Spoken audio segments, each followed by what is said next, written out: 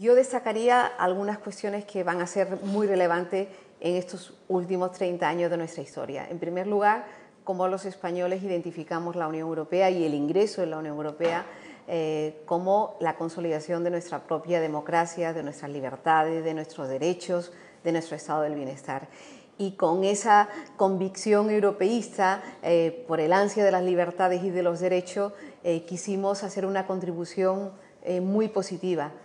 cuando ingresamos en la Unión Europea. Y esto supuso hacer una apuesta por seguir construyendo Europa. Y nosotros hemos sido artífices de la Europa actual. De hecho, Felipe González, que fue el primer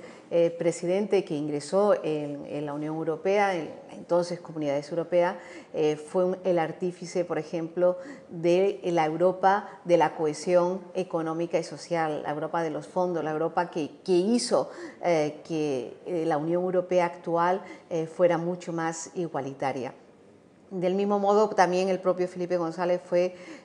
quien contribuyó a la arquitectura institucional actual y actuó junto a grandes líderes como es el caso de Helmut Kohl, pero incluso Margaret Thatcher en su momento, a pesar de que era británica y a pesar de que era conservadora, también hizo una contribución positiva a la consolidación de la Unión Europea actual. Y por otro lado también España aportó una visión diferente del mundo de la Unión Europea. La Unión Europea era mucho más eurocentrista, más enfocada hacia los países del este o más enfocada hacia los países del Asia, incluso del África, y nosotros aportamos la dimensión iberoamericana. Es decir, España, aunque también quería beneficiarse de lo que suponía en ese momento la Unión Europea, pero también quisimos ser un país constructivo, un país positivo, un país lleno de fuerza, de ilusión, de juventud, que yo creo que hemos sido artífices en parte de esa arquitectura nueva que es la Europa de hoy. Si me hubiera preguntado hace un mes, le hubiera dicho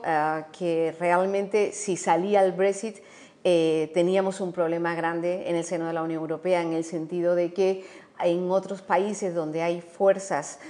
políticas euroescépticas y anti-europeas iban a también querer seguir la estela del Reino Unido si se producía la salida. Se ha producido la salida y se ha producido también el efecto contrario, es decir, en algunos países hay algunos partidos que enseguida salieron a reclamar su referéndum, pero hay que reconocer que se ha generado un sentimiento de miedo ante esa posible salida. En el propio Reino Unido, si se fijan, ha supuesto la caída de todos los líderes políticos, de los que defendían el sí y de los que defendían el no. Y en el seno de la población se ha producido también una reacción de ¿qué hemos hecho? Es decir, como si de repente a todos hubieran dicho, bueno, hemos votado un poco porque queríamos mostrarnos en contra de determinadas cuestiones, pero desde luego no esperábamos las consecuencias de salida. Y aunque en el aunque en Holanda y en Francia los partidos euroescépticos también se han apresurado a salir hablando de un referéndum, pero con la boca pequeña y además no como una propuesta mayoritaria. Por ejemplo, en Holanda no se puede hacer un referéndum de estas características y vamos a ver qué puede ocurrir en Francia. Pero yo creo que ese miedo que teníamos todos de que se produjera un efecto contagio y que se produjeran reacciones en cadena, hoy día ya ese riesgo está bastante conjurado. Bueno, a mí me ha gustado ver, en primer lugar, que la primera dirigente política, la primera que salió para defender a Turquía, su democracia y condenar el golpe fue Federica Mogherini, la alta representante de la política exterior de la Unión Europea.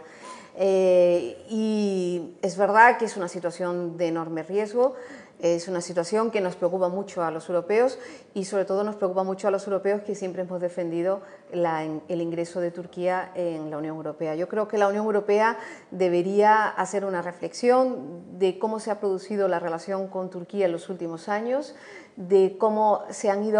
ha ido avanzando o no las negociaciones para esa posible incorporación de Turquía a la Unión Europea y cómo podría plantearse su relación en el futuro. La Unión Europea representa un espacio de democracia, un espacio de libertades, un espacio de derechos, un espacio de reformas y en ese sentido, siempre que le brindemos a un país de la dimensión de Turquía, de la trascendencia de Turquía, ese espacio de libertades, de derechos, de reforma, estaremos ayudando también a consolidar su democracia. Por tanto,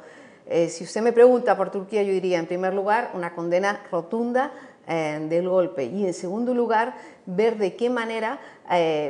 forjamos una relación entre la Unión Europea y Turquía que ayude a consolidar su Estado de Derecho, su Estado de libertades y su Estado de reforma, que yo creo que también habría que exigir.